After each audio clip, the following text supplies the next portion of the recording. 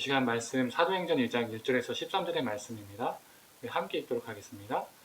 오순절 날이 이미 이르매 그들이 다 같이 한 곳에 모였더니 후련히 하늘로부터 급하고 강한 바람 소리가 있어 그들이 앉은 온 집에 가득하며 마치 불의 혀처럼 갈라지는 것들이 그들에게 모여 각 사람 위에 하나씩 임하여 있더니 그들이 다 성령의 충만함을 받고 성령의 말하게 하심을 따라 다른 언어들로 말하기를 시작하니라. 그때 경건한 유대인들이 천하 각국으로부터 와서 예루살렘에 머물러 있더니 이 소리가 남에 큰 무리가 모여 각각 자기의 방언으로 제자들이 말하는 것을 듣고 수동하여 다 놀라 신기하게 여겨 이르되 보라, 이 말하는 사람들이 다 갈릴리 사람이 아니냐? 우리가 우리 각 사람이 남 곧 방언으로 듣게 되는 것이 어찌 됨이냐?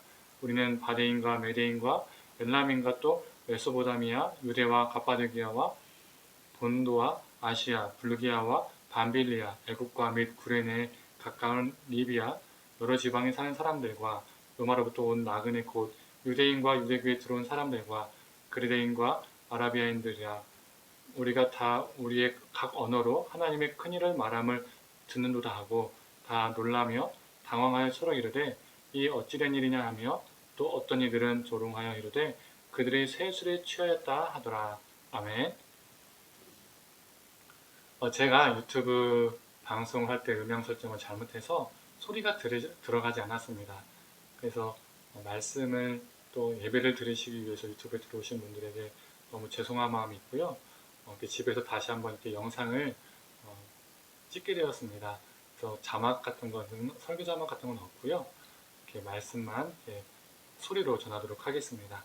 말씀을 전하기 전에 5월 헌금이 총 214만 7,771원이 들어왔습니다.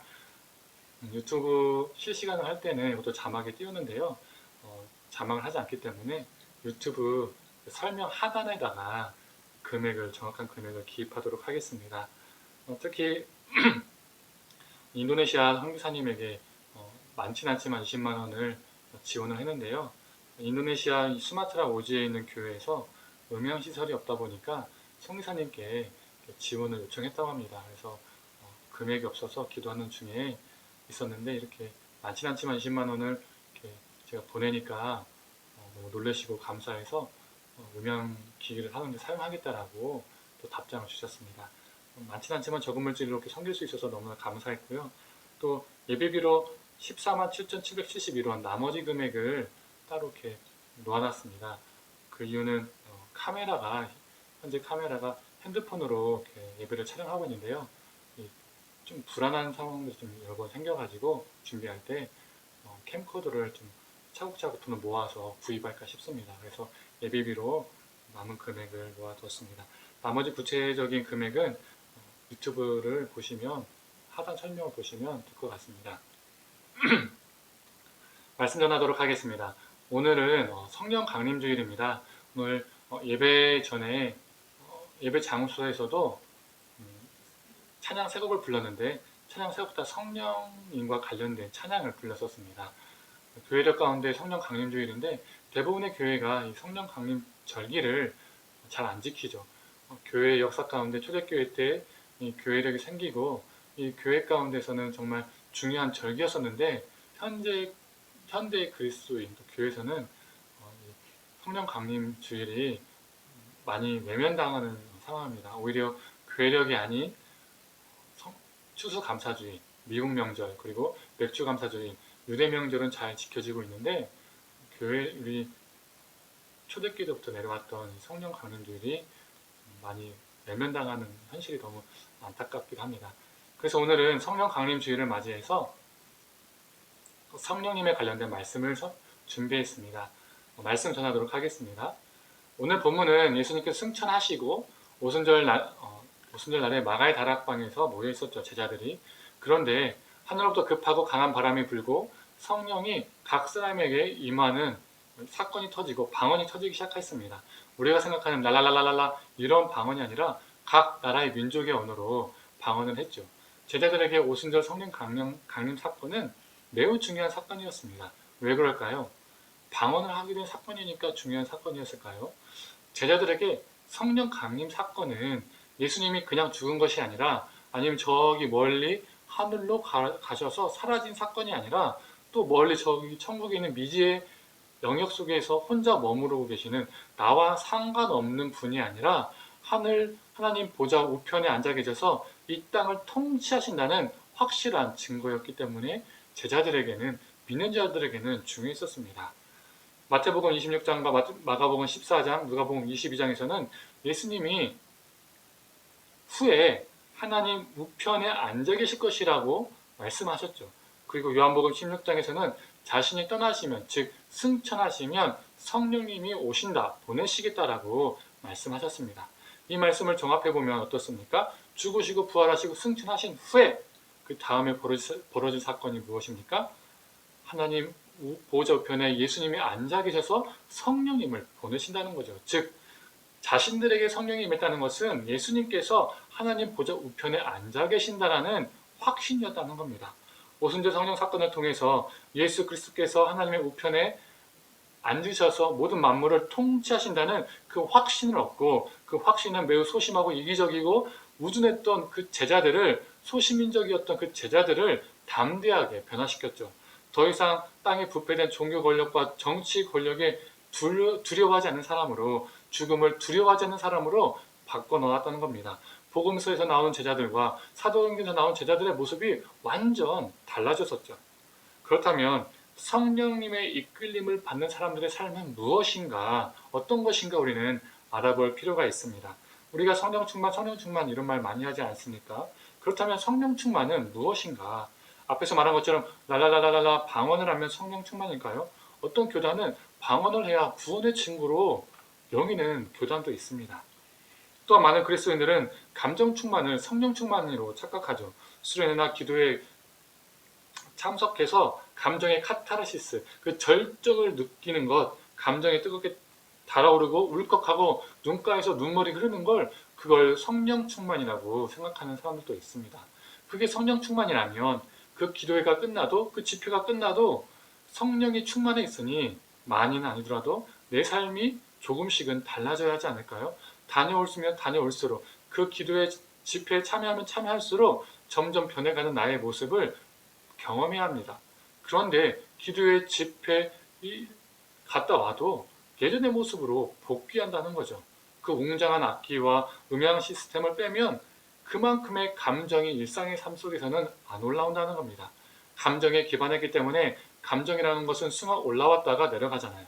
그 감정 충만을 성령 충만이라고 착각하고, 이 수련회, 이 집회, 이 기도회, 이 예배 너무 좋았다라고 만족하고 착각하는 것입니다. 또한 성령님의 이끄심을 받는 사람은 모든 교회 모임에 참석하고 또 성경을 다독하는 걸까요? 그 모든 교회에 안 참석하지만, 심지어 새벽기도도 참석하지만 자신들의 욕심대로 살아가고 자신의 욕심대로 기도한다면 그게 성령의 충만한 삶일까요? 또 성경은 많이 읽지만 하나님의 참뜻을 알고자 하고 그 뜻대로 살고자 분투하는 삶이 없고, 그 성경을 많이 알아서 그 알을 통해서 내 삶을 합리화하고 거룩하게 포장한다면 아무리 다독을 한다고 해도 그 삶을 성령의 충만한 삶이라고 말할 수 있을까요?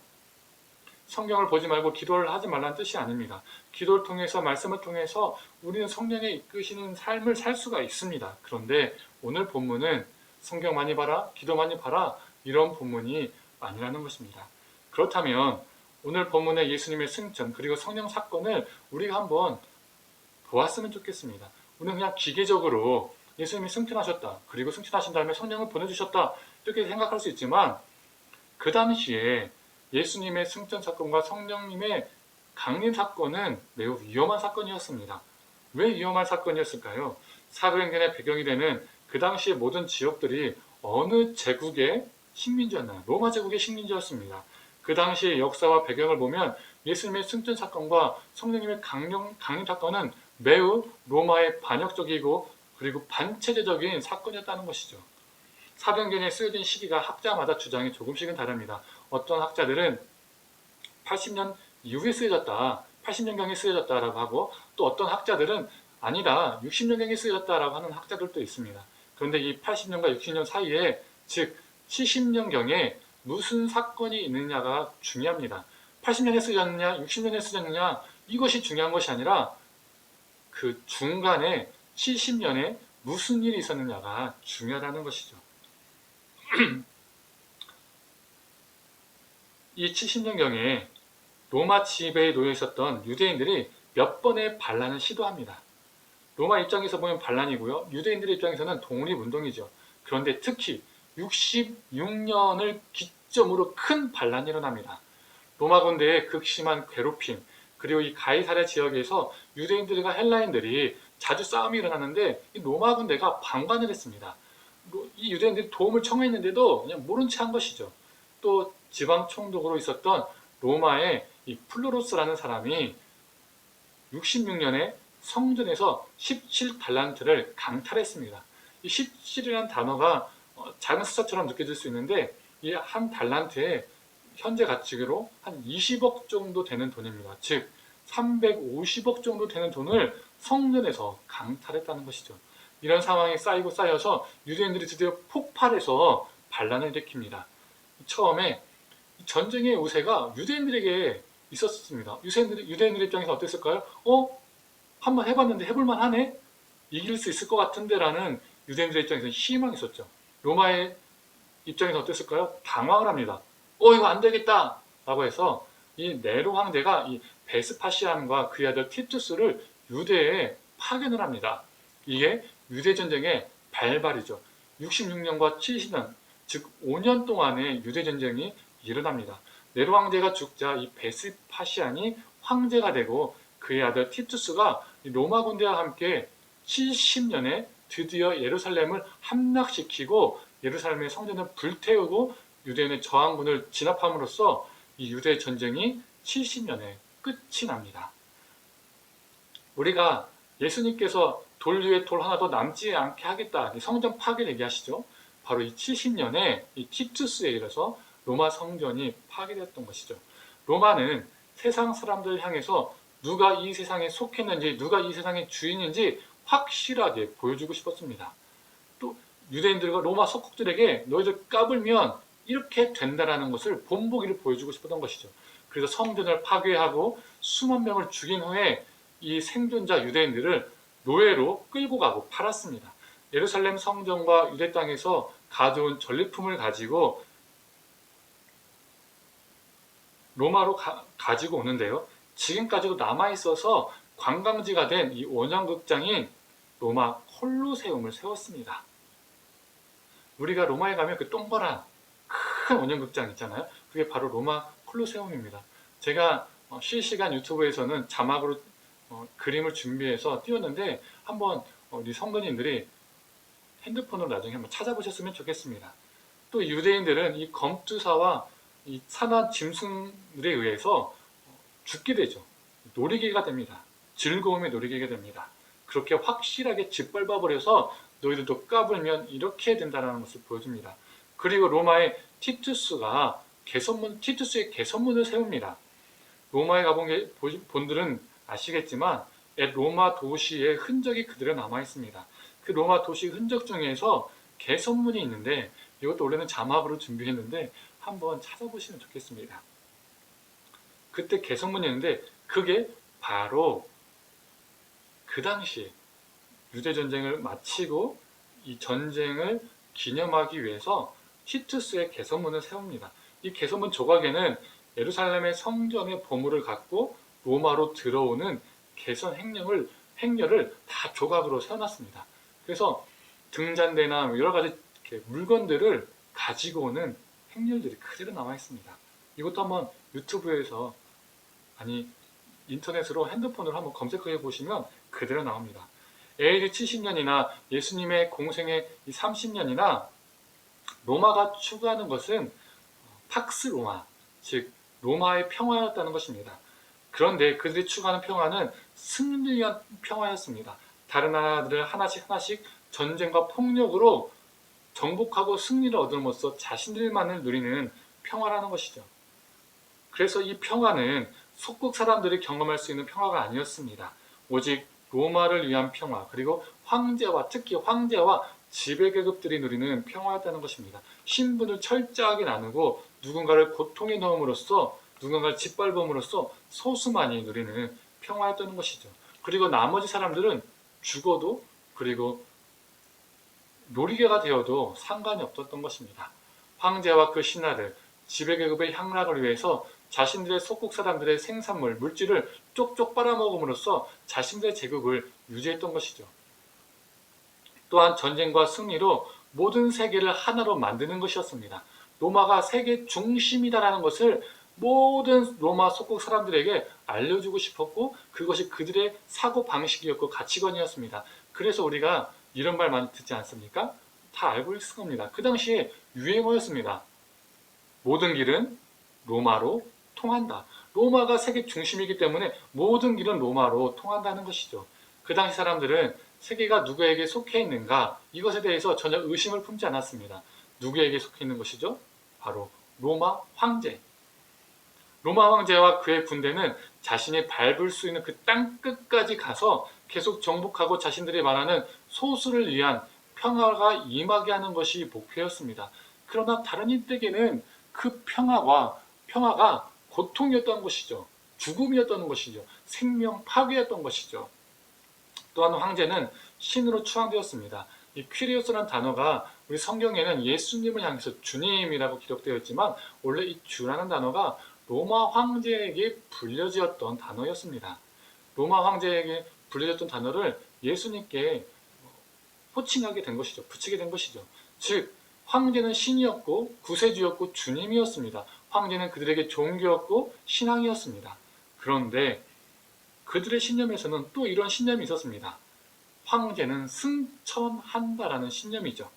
이 아우구스투스가 승천했다고 하는 이 믿음을 로마인들은 가지고 있었습니다. 그리고 앞에서 언급한 티투스의 개선문에도 무엇이 새겨져 있냐면 이 개선문 꼭대기 한 벽판에는요. 티투스가 독수리 등을 타고 승천하는 장면을 이렇게 돌로 새겼습니다. 그런데 로마 석국의 백성인 사도행전과 누가복음의 저자인 누가가 사도행전과 누가복음을 기록합니다. 누가복음의 끝자락에는 예수님의 승천을 기록하고요. 사도행전의 시작에서는 예수님의 승천과 오순절 강림 사건을 기록합니다. 사도행전의 이 기록 시기가 유대전쟁의 중심으로 전이냐 후이냐 이 배경을 감안해 보면 이 기록은 로마인들에게 그리고 로마 황제에게 어떻게 다가왔을까요? 학자들이 말하는 유대 전쟁 직전에 쓰여졌어도 그 당시에는 반란이 일어나고 있는 분위기였죠. 그리고 유대 전쟁 이후에 쓰여졌어도 유대 전쟁으로 해서 로마의 막강한 강력한 힘을 경험했고 유대는 멸망한 상황이었던 것이죠. 이런 배경 속에서 사도행전의 이 기록은 로마인들에게 그리고 황제에게 어떻게 다가왔을까요? 어떻게 느껴졌을까요? 바로 반란적인 글입니다. 로마 제국의 시스템에 도전하는 글이죠. 체제에 우리가 저항하겠다라는 글로 충분히 다가올 수 있는 글입니다. 왜 그럴까요? 로마인들과 로마 석국들에게 승천할 수 있는 존재는 오직 유대하신 로마 황제밖에 없습니다. 그런데 누가가 사도행전에 그리고 누가복음에 예수님이 승천했다라고 기록하고 있는 것이죠. 또 로마와 로마 석국들은 황제를 신으로 구주로 모시고 있는데 누가가 사도행전과 이 누가복음에 예수님을 주님이라고 표현하고 있다는 것입니다. 그리고 모든 세계는 위대한 로마 황제와 그의 폭력적인 군대에 의해서 통합되고 하나 되는 것인데 사도행전은 성령 사건, 그 사건이 뭐길래 그 사건을 통해서 언어가 하나 되어지고 모든 나라와 모든 민족이 하나됨이 시작되었다라고 선포하고 있는 것이죠. 로마인들에게는 로마만이 세계의 중심이고 예루살렘은 주변국 그리고 변방의 속국일 뿐인데 로마 황제의 권능 즉 군사력을 가지고 세계 중심인 로마로부터 시작해서 자신들이 밟을 수 있는 땅끝까지 계속 가서 전쟁을 일으키고 정복하고 사람들을 노예 삼는 것이 그들의 삶이었는데 그런데 사도행전 1장 8절을 보면 오직 성령이 너희에게 임하시면 너희가 권능을 받고 예루살렘과 온 유대와 사마리아와 땅끝까지 이른다라고 말하고 있습니다. 성령이 임하면 권능을 받는다고 하는데 로마 황제의 권능, 로마 황제의 군사력이 아니라고 말합니다. 그리고 로마를 중심으로 땅끝까지 가는 것이 아니라 예루살렘을 중심으로 땅끝까지 간다는 것이죠. 로마를 중심에서 주변부 가장자리로 만들어버리는 겁니다. 우리는 그 시대 사람이 아니어서 사도행전에 예수님의 승천 사건과 성령 사건을 듣고 경험하고 있게 된다면 그냥 그럴 수 있게 생각할 수 있지만, 우리가 만약에 그 시대 그 사람이었다면, 예수님의 제자들의 상황 속에서 그 시대 사람이었다면 이 승천 사건과 예수님께서 보내주신 이 성령 사건은 어떻게 느껴졌을까요? 그냥 그렇구나, 그런가 보다라고 느껴졌을까요? 아닙니다. 일제 강점기 때에 로마 황제가 신이었던 것처럼 일본은 일본 황제를 신으로 삼았었죠. 민족의 정신을 몰살시키기 위해서 수많은 수탈과 억압을 했었죠. 근데 그 당시에 일본에 반하는 글을 썼다면 어떻게 될까요? 일본에 반하는 글을 읽었다면 어떻게 될까요? 죽음입니다. 고문입니다. 그리고 독재 시절에 어떻습니까? 독재 항거하는 사람들이 글을 썼습니다. 그 글을 쓰면 어떻게 됩니까? 잡혀가거나 고문을 당하거나 죽었지요. 또 그 글을 읽으면 똑같은 상황에 놓여지는 길이 참 많이 있었습니다. 그런데 누가가 그 로마가 다스리고 있는 그 시대적 상황 속에서 사도행전의 포문을 열었을 때 예수님께서 승천하시고 예수님께서 우리에게 약속하신 성령을 주셨다, 성령님이 우리 가운데 임재하셔서 우리를 하나로 묶으셨다라고 한 이 말은 철저하게 로마 제국의 모든 사상과 신앙과 체제를 거부하고 저항하는 글이 되는 것입니다.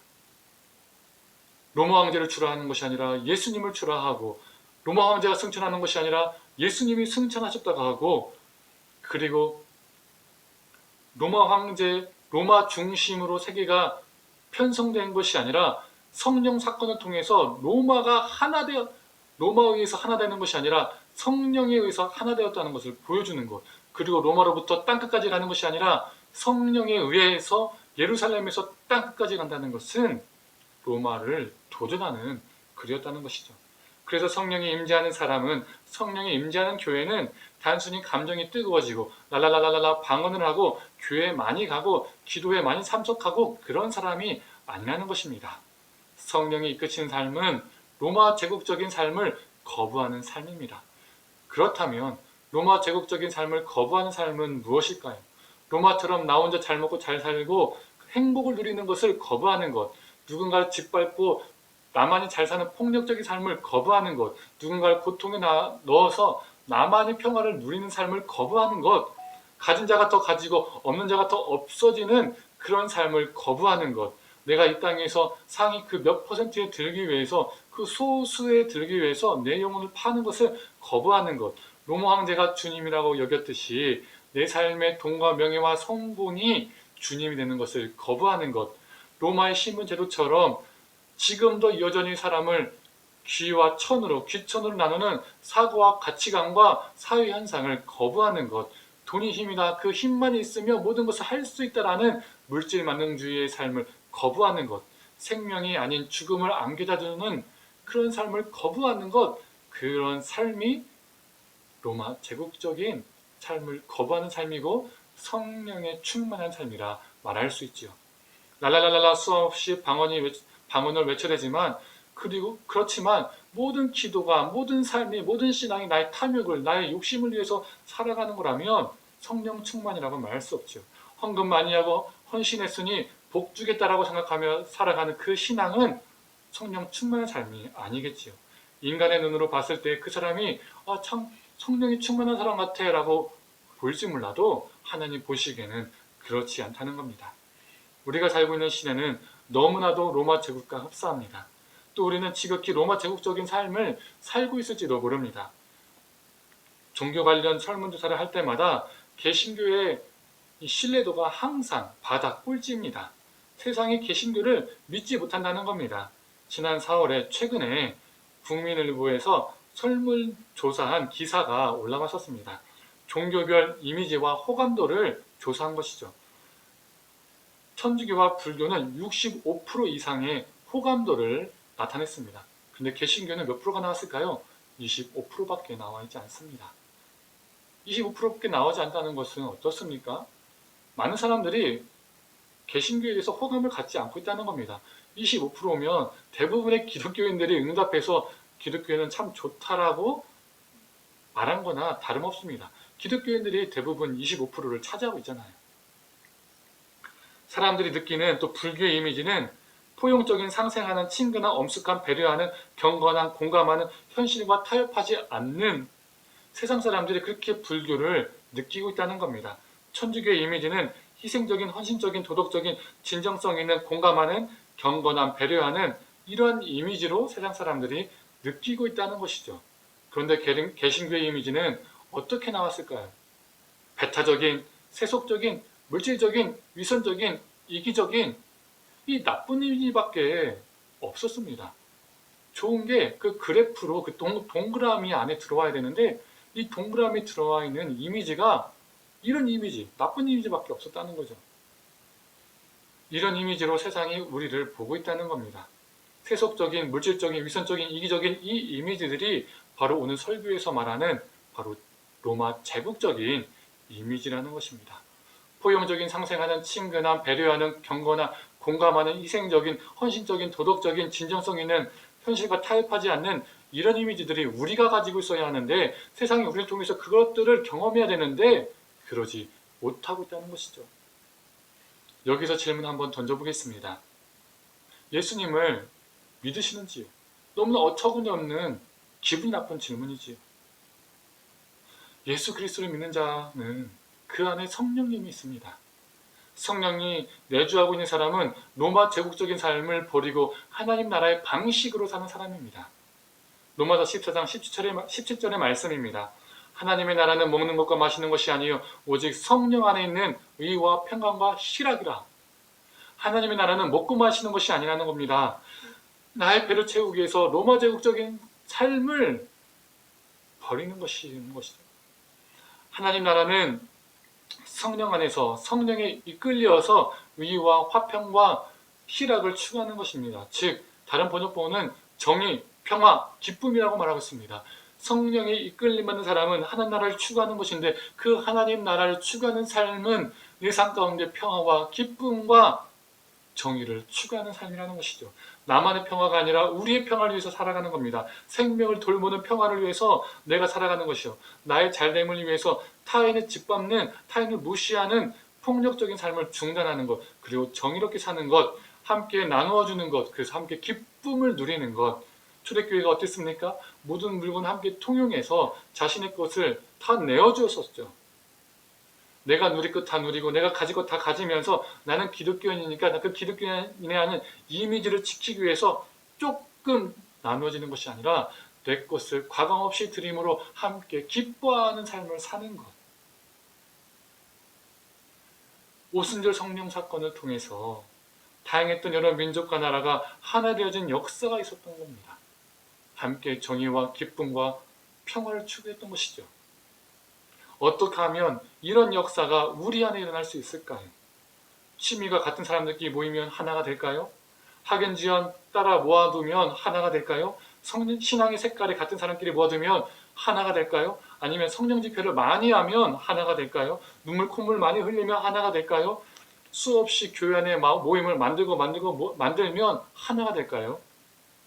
성령 사건이 로마 제국의 모든 사상과 가치관과 체제에 도전하는 사건이었던 것처럼 로마 제국적인 삶을 거부하는 사건이었던 것처럼 로마 제국과 통일시 되어질 수 없었던 사건이었던 것처럼 로마 제국과 같은 이 세상의 흐름에 대해서 대안의 공동체, 대항의 공동체를 만드는 것이 하나 될 수 있는 길입니다. 세상의 방법과 다른 대안을 위해서 고민하고 실천하는 대안의 공동체, 로마 제국적인 가치관에 저항하는 대항의 공동체를 만들어야 합니다. 이것이 성령의 사람이고 이것이 성령의 공동체인 것이죠. 믿는 자끼리 모인다고 해서 교회에서 모인다고 해서 다 성령의 사람, 다 성령의 공동체라고 말할 수 없습니다. 지극히 세속적인 사람일 수도 있고 지극히 세속적인 모임일 수 있습니다. 제가 청년 시절에 소급을 하는데 20년이 넘었는데도 그 당시에 그 장소와 그 멤버가 몇 명 있었는지 그대로 제 머리에 박혀 있습니다. 소급을 하는 중에 세상은 세상이고 교회는 교회다. 적당히 눈 감고 적당히 타협하고 그것이 살아남는 것이고 그래야 잘 살 수 있다. 그리고 그것으로 헌금하고 교회 봉사하는 것이다 라고 말하는 겁니다. 다들 적극적으로 동의하거나 소극적으로 동의했습니다. 이 세상에 비틀어진 문화에, 세속적인 주류 문화에 가슴 아파하면서 우리가 어떻게 하면 신앙을 지켜나갈 수 있을까라고 고민하는 것이 아니라 다들 동의하는 분위기였다는 것이죠. 세상은 세상이고 교회는 교회다. 이렇게 우리의 신앙이 이분법적이고 이원론적이라면, 분리된 것이라면 왜 우리 하나님을 믿을까요? 내가 일상에서 구현해낼 수 없는 것이 신앙이라면 왜 믿는 걸까요? 여호와 하나님이란 분은 교회 안에 갇힌 분인데 이 무능하신 분을 왜 믿는 걸까요? 혹시 모를 천국 때문에 그런 걸까요? 지옥에 가지 않기 위해서 그런 걸까요? 많은 신앙으로 포장했지만, 모임은 교회에서 하지만, 모인 사람들은 기독교인이라고 말하지만 지극히 세상과 다를 바 없는 지극히 로마 제국적인 모임, 많은 우리의 모임이 교회라는 이름을 내건 사적인 모임일 수도 있다는 겁니다. 많은 그리스도인들의 많은 교회들이 다음 세대 자녀들을 말하지만 자녀 양육에 있어서 우리가 세상과 다른 점이 무엇입니까? 주일에 교회 나오는 것, 이거 말고 다른 점이 무엇입니까? 자신 있게 우리가 말할 수 있습니까?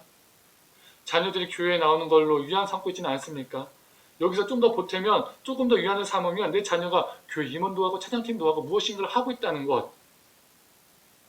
그런데 주일에 나오고 찬양팀하고 임원을 하고 이런 거 외에 세상의 가치관으로 우리 자녀들을 키우고 있지는 않습니까? 공부하는 기계를 만들어가는 이 사회를 우리가 비판하면서, 우리가 그 비판하는 곳에 우리 자녀들을 몰아붙이고 물어붙이면서 그 주류에 들어가지 못하면 속상해하고 위축되고, 또 그 주류에 들어가면, 그 주류에 넣으면 뿌듯하고 복받았다고, 은혜받았다고 생각하지 않습니까? 이미 우리는 깊숙이 세상의 가치관에, 다른 말로 하면 로마 제국적인 가치관에 찌들어 있다는 것입니다. 어찌 보면 우리는 세상 속에 살아가지만 구별되어 살아가는 것이 아니라 세상 속에 살면서 별 다를 바 없는 교회 안에서만 구별된 삶을 살고 있을지도 모릅니다. 세상이 추구하는 어그러진 왜곡된 문화와 가치관과는 다른 창조적인 대안은 없을까? 여기에 대해서 우리는 별로 고민하지 않습니다. 오히려 머리를 맞대어서 하는 것은 얼마나 헌금이 들어왔느냐, 얼마나 사람 수가 늘어났느냐, 교회 전속을 위해서 맞댑니다. 어떤 프로그램을 많이 해야 사람 수가 늘어나느냐, 더 올까? 이것에 맞댑니다. 또는 어느 학교에 집어넣어야, 어떤 학원에 넣어야 우리 땅은, 우리 아파트는, 이런 것에서만 우리 머리를 맞댄다는 것이죠. 세상과 다른 창조적인 문화, 창조적인 대안을 만들기 위해서 고민하지 않습니다. 사람이 모인 곳에는 고민하지 않고, 고민하는 사람들에게는 사람들이 모이지 않습니다. 서글픈 현실인 것이죠. 나의 자녀들이 더 많이 갖고 더 많이 누리기 위해서 권력을 독점하고 군림하고자 하는 욕망을 버리는 것, 로마처럼 사람을 신분화하여 외모와 학벌로 차별하지 않는 것, 만면에게 지배당하지 않고 뇌물을 주고받지 않는 것, 이웃들과 좋은 관계를 갖고 세금을 깨끗하게 내고 정직하게 현실하게 노동해서 돈을 버는 것, 선거에서 나의 이익을 따라서, 지역에 따라서 뽑는 것이 아니라 하나님의 공평과 정의에 부합한 사람을 뽑는 것, 불의와 타협하지 않고 약자와 함께 눈물을 흘릴 수 있는 것, 그들을 위해서 살아가는 것, 이 세대의 어긋난 주류 문화를 본받지 않기 위해서, 하나님의 선하시고 기쁘시고 온전한 뜻이 무엇인지 분별하기 위해서, 로마 제국적인 때를 벗기 위해서 내 자신과 공동체를 만들어가는 것, 하나님 나라의 가치관으로 우리 자신과 공동체를 세워가는 것, 이러한 것들에 우리 고민이 커야 합니다. 어떻게 하면 우리 안에 로마 제국적인 때를 벗어날 수 있을까? 어떻게 하면 하나님 나라 가치관으로 우리 자신과 우리 자녀들을 세워나갈 수 있을까? 이것을 위해서 수없이 우리 머리를 맞대고 실행에 옮기는 삶이 우리에게 필요합니다. 그것을 갈망하는 자들이 연합하고 연대하는 것이 우리에게 필요합니다. 이러한 공동체가 성령 안에서 진정으로 하나 되는 공동체이지요. 이러한 사람이 성령의 사람입니다. 저와 우리 성도님들이 이러한 성령의 사람이 되기를 간절히 소망합니다. 이제 말씀을 정리하겠습니다.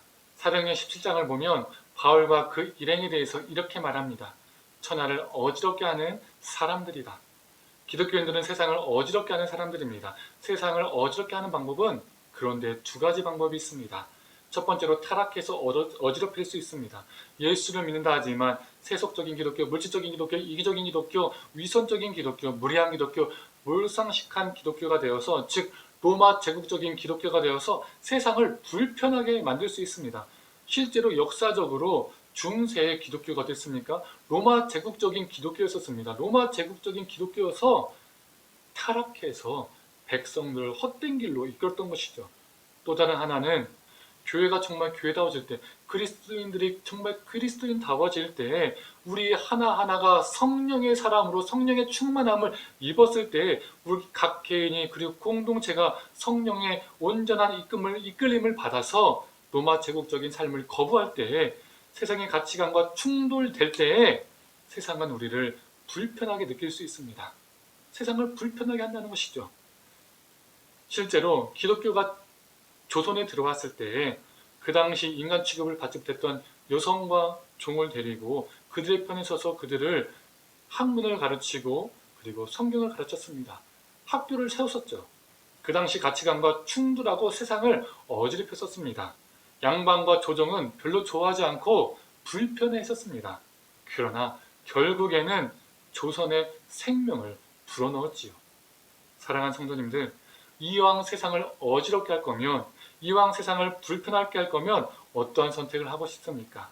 전자, 확실한 결과를 압니다. 그 어지럽힘의 결과는 결국 짙고 깊은 타락이며 소멸이며 전멸입니다. 그러나 저는 후자를 믿습니다. 성령에 끌려 진정한 하나님 나라의 가치관을 이 땅 가운데 구현할 때 처음에는 세상이 우리를 보고 거북스럽게 느껴질지라도 우리의 진실됨을 입증할 때에 그들의 양심을 건들어서 저렇게 사는 것이 맞는 거구나, 저렇게 사는 것이 행복한 것이구나, 저렇게 사는 것이 정말 진정한 삶이구나라는 것을 그들이 경험하게 될 것입니다. 메말라버린 곳에 우리를 통해서 생명이 깃들기 시작해서 그들도 변하게 될 것입니다. 사랑하는 성도님들, 로마 제국과 같은 가치관과 문화에 찌든 존재와 모임이 아니라 그런 가치관과 문화에 대항하고 대안을 만들어내는 성령의 사람, 성령의 공동체가 되기를 소망합니다. 로마 제국적인 꿈을 이루기 위해서 사는 것이 아니라 하나님 나라를 꿈꾸며 매 순간 성령 안에서 정의와 평화와 기쁨을 이루어가기를 간절히 축원합니다.